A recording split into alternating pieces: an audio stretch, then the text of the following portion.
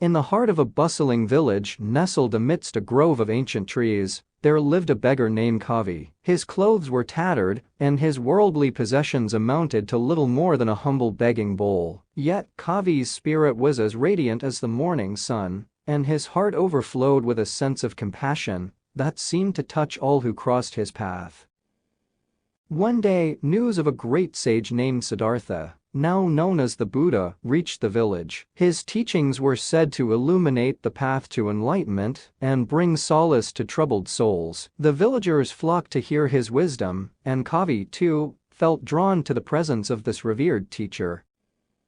With his heart full of hope, Kavi set off towards the grove where the Buddha was said to be teaching. As he approached, he marveled at the sight of the gathered crowd, hanging onto every word that flowed from the Buddha's lips. When the teaching concluded, Kavi found himself at the edge of the crowd, humbly gazing upon the sage.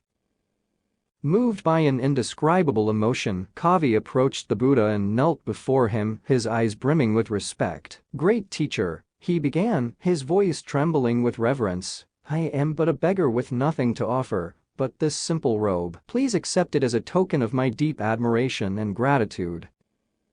The Buddha's eyes met Kavi's, and a gentle smile graced his lips. With a nod, he accepted the robe, recognizing the purity of intention behind the gesture. As the robe was unfolded, a hushed gasp swept through the crowd. Nestled within the folds of the humble garment gleamed a precious jewel of remarkable brilliance.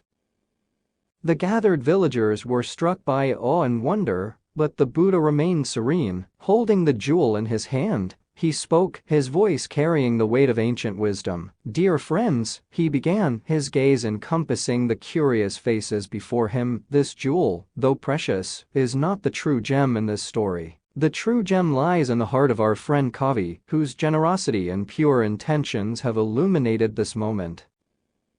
The villagers listened with rapt attention as the Buddha continued, "The value of our actions is not merely determined by the material possessions we offer, but by the intentions that guide them." Kavi's selflessness and compassion have transformed a simple gift into a symbol of boundless worth. As the Buddha's words hung in the air, a profound silence settled over the gathering. The tale of the jewel in the robe resonated deeply within each heart. Kavi, the humble beggar, had unknowingly become a vessel for the Buddha's teachings, a living embodiment of the principle that true value transcends material wealth. In the days that followed, the story of the jewel in the robe spread throughout the village and beyond, carrying with it the message of selflessness and generosity. Inspired by Kavi's example, the villagers began to look beyond the surface of their actions, seeking to infuse every gesture with kindness and sincerity.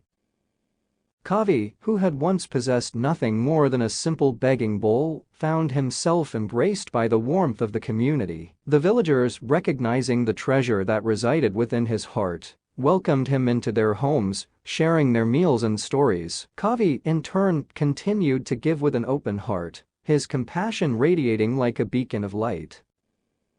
As the seasons turned and years passed, the village transformed. The once bustling marketplace became a haven of harmony and unity. The legacy of the jewel in the robe had left an indelible mark, reminding all that true wealth lay in the connections between souls and the purity of intention that guided their actions. And so, the story of Kavi and the jewel in the robe echoed through generations, a timeless reminder that the greatest riches are not measured in gold and silver, but in the selfless giving of oneself. As the villagers continued to weave the tapestry of their lives, they held on to the lesson imparted by the Buddha, that the value of our actions is a reflection of the love and compassion we offer to the world.